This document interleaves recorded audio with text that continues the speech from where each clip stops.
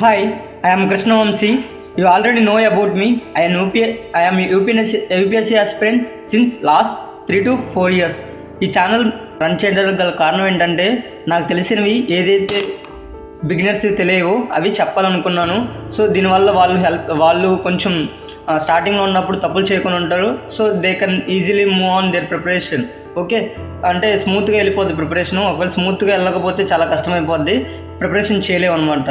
So ఇది జనరల్గా ఇప్పుడు నేనేం చెప్పాలనుకుంటున్నానంటే, మనకి యూపీఎస్సీ ప్రిపరేషన్ చేసేటప్పుడు టాక్సిక్ రీడింగ్ ఉంటుంది. ఏంటిది టాక్సిక్ రీడింగ్? టాక్సిక్ ప్రిపరేషన్ అనుకోండి, పోనీ toxic preparation. Okay, toxic preparation అంటే జనరల్గా మీనింగ్ ఏంటంటే, టాక్సిక్ దానికి ఆపోజిట్ ఏంటి? టాక్స్కి హెల్తీ ప్రిపరేషన్కి టాక్సిక్ ప్రిపరేషన్కి కొంచెం డిఫరెన్స్ ఉంటుంది.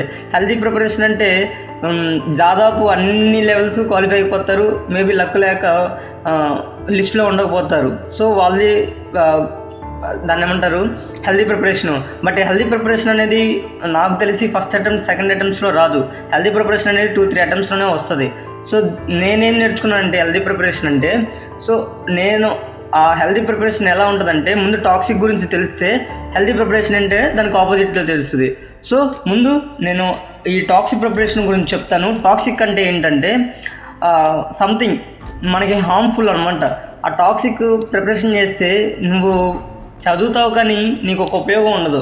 ఓకే, మొత్తం అంతా దాని ఏమంటారు, నీరులో పోసిన బూడిలో పోసిన పన్నీర్ లాంటిది. ఓకే, సో నా దగ్గర 4 పాయింట్స్ ఉన్నాయి. అవి సేమ్ మిస్టేక్స్ నేను చేసినవి. మేబీ అందరూ చేస్తారేమో నాకు తెలియదు, కానీ నేను చేశాను మిస్టేక్స్. ప్రజెంట్ మాత్రం నేను చాలా కాన్ఫిడెంట్గా నేను ఈ మిస్టేక్స్ చేయకుండా ఉండగలిగే కారణం ఏంటంటే, నేను ఇలా చెప్పగలగటమే.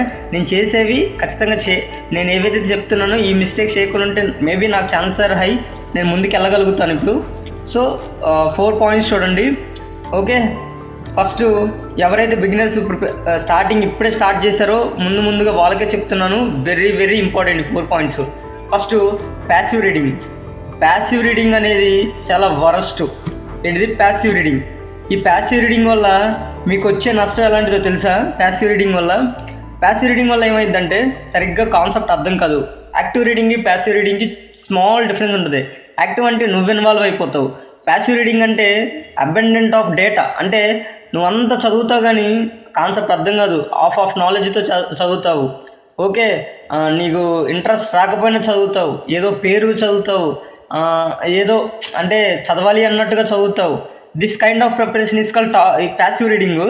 ఈ ప్యాసివ్ రీడింగ్ వల్ల వచ్చే నష్టం ఎలాంటిదంటే తెలుసా? ఒక 2-3 ఇయర్స్ పడుతుంది. 2-3 ఇయర్స్ కాదు, ఇది రిలీజ్ అవ్వడానికి కనీసం ఒక 3 ఇయర్స్ పడుతుంది, 2 ఇయర్స్ పడుతుంది. ఎందుకంటే చదువుతున్న ఫీలింగ్ ఉంటుంది, ఎందుకంటే మనం చదువుతున్నాం, కష్టపడుతున్నాం అనే ఫీలింగ్ ఉంటుంది.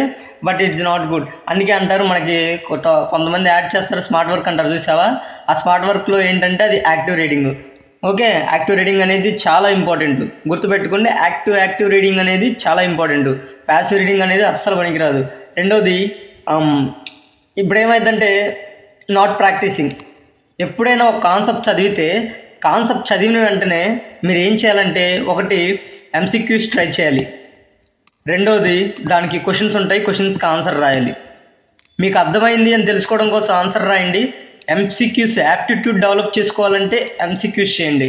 ఈ ఎంసీక్యూస్ అంటే నేను ఏం నేర్చుకున్నానంటే, ఎంసీక్యూస్ చేయటంలో అంటే స్టార్టింగ్లో బిగినర్స్గా ఉన్నప్పుడు నేను ఇవేమీ చేయలేదు. బిగినర్స్గా ఉన్నప్పుడు నేను ఏమీ చేయలేదు. ఎంసీక్యూస్ కానీ ప్రాక్టీస్ కానీ ఏమీ చేయలేదు. సో మీకేం చెప్తున్నానంటే, మీరు ఎంసీక్యూస్ తర్వాత ఆన్సర్ రైటింగ్, అంటే మీరు ఆన్సర్ రైటింగ్ అంటే ఓ స్ట్రక్చరు అది ఇదని ఎక్కువ ఆలోచన చేసుకోండి. ఎంసీక్యూస్ అంటే యూపీఎస్సీ లెవెల్లో కాదు, జస్ట్ మీరు ఏదైతే చదివారో, ఫర్ ఎగ్జాంపుల్ పాలిటీ లెసన్స్ అయితే ఎంసీక్యూస్ నెట్లో ఉంటాయి, ఒక క్విజ్ ప్రాక్టీస్ చేయండి. ఫర్ ఎగ్జాంపుల్ దీని క్విజ్ అనుకోండి, ప్రాక్టీసింగ్ అంటే. సో ఈ టైప్ ఆఫ్ చేస్తే ఇది క్విజ్. ఓకే, అట్లీస్ట్ మీరు చదివిన దాన్ని రోజు 20 బిట్స్ 20 ఎంసీక్యూస్ ట్రై చేయండి. ఓకేనా? నెక్స్ట్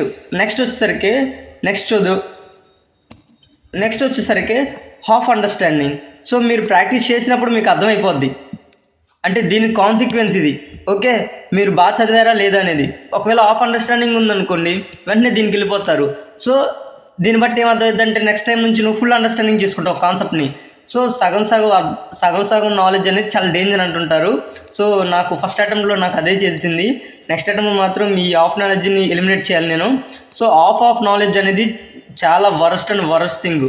ఓకే, హాఫ్ నాలెడ్జ్ దీని గురించి మీకు తెలుసు. మనకు సగమే తెలిస్తే దాని నుంచి వచ్చే కాన్సిక్వెన్స్ ఎలా ఉంటాయో గుర్తుపెట్టుకోండి. Half knowledge is very danger. So అందుకోసం నేనేం చెప్తున్నానంటే ఫస్ట్ ప్యాసివ్ రీడింగ్ ఎలిమినేట్ చేయండి. ఒకవేళ మీకు తెలియకపోతే ప్రాక్టీస్ చేయండి. ప్రాక్టీస్ చేస్తుంటే మీకు దాని నుంచి మీరు ఫుల్గా గెయిన్ చేశారా నాలెడ్జ్, అంటే ఆ కాన్సెప్ట్ ఫుల్గా అర్థమైందా, సగమే అర్థమైందా? సగమే అర్థమైతే అబ్జర్వ్ చేయండి, సగమే అర్థమైందని మళ్ళీ కాన్సెప్ట్కి వెళ్ళండి, ఫుల్ అర్థం చేసుకోండి. నెక్స్ట్ లాస్ట్ ఇంపార్టెంట్ నాకు తెలిసింది, ఇది ఎంత ఇంపార్టెంట్ అంటే నాకు ఈ మధ్య అర్థమైంది. నాకు లాస్ట్ అర్థం అవ్వలేదు, ఈ లాస్ట్ 6-8 months నుంచి అర్థమైంది. ఓకే, అంతకుముందు నేను ఇన్ని రోజులు ప్రిపరేషన్ చేస్తున్నాను కానీ కనీసం 3 to 4 years నుంచి చేస్తున్నా కానీ నాకు అర్థం కాలేదు. మా ఫ్రెండ్ చెప్తే అర్థం కాలేదు కానీ నాకు not explain to someone. Okay, మీరు ఎప్పుడైతే ఏదైతే నేర్చుకున్నారో, బిలీవ్ మీ, మీరు ఏదైతే నేర్చుకున్నారో ఆ కాన్సెప్ట్, ఇదంతా ఒక కాన్సెప్ట్ అనుకోండి, మీరు ఒక కాన్సెప్ట్ని మళ్ళీ తిరిగి అదే విధంగా అంతే నీట్గా ఎక్స్ప్లెయిన్ చేయగలిగితే నీకంటే తోపు ఎవరు ఉండరు. ఓకే, చెప్తున్నాను కదా, మనకి ఎక్స్ప్లెనేషన్ అనేది చాలా అవసరం. నీకు టీచింగ్ స్కిల్స్ డెవలప్ అయిపోతాయి, ఆటోమేటిక్గా నీకు కాన్సెప్ట్ ఎంత అర్థమైందో తెలుస్తుంది. ఓకే, అందుకోసమే మీరు ఏదైతే నేర్చుకున్నారో ఖచ్చితంగా ఎవరికొకరు ఎక్స్ప్లెయిన్ చేయండి. నీకు ఎవరు లేకపోయారనుకో, శుభ్రంగా ఇగో ఏం లేదు, సింపుల్. నేను ఒక చిన్న ట్రిప్ చెప్తాను మీకు. ఎవరు లేకపోతే ఎక్స్ప్లెయిన్ చేసుకోవడానికి కోసం ఎగ్జాంపుల్ తీసుకోండి.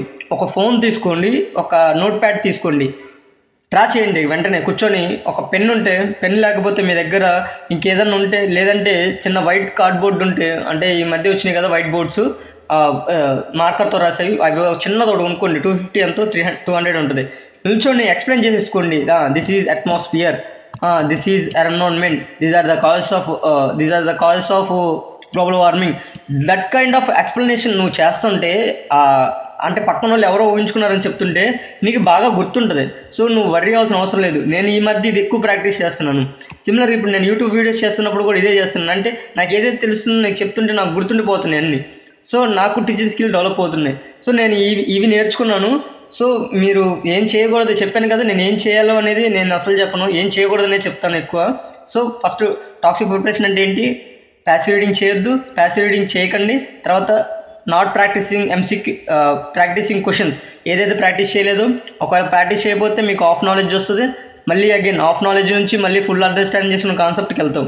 Okay, explain to some one else. మీకు ఇంకా బాగా అర్థం అవ్వాలంటే ఇంకొకరికి ఎక్స్ప్లెయిన్ చేయి, అంతే. మీకు ఐ హోప్ ఈ వీడియో మీకు నచ్చింది అనుకుంటున్నాను. మీకు ఏవైతే డౌట్స్ ఉన్నాయో కామెంట్ చేయండి. Thank you so much for watching.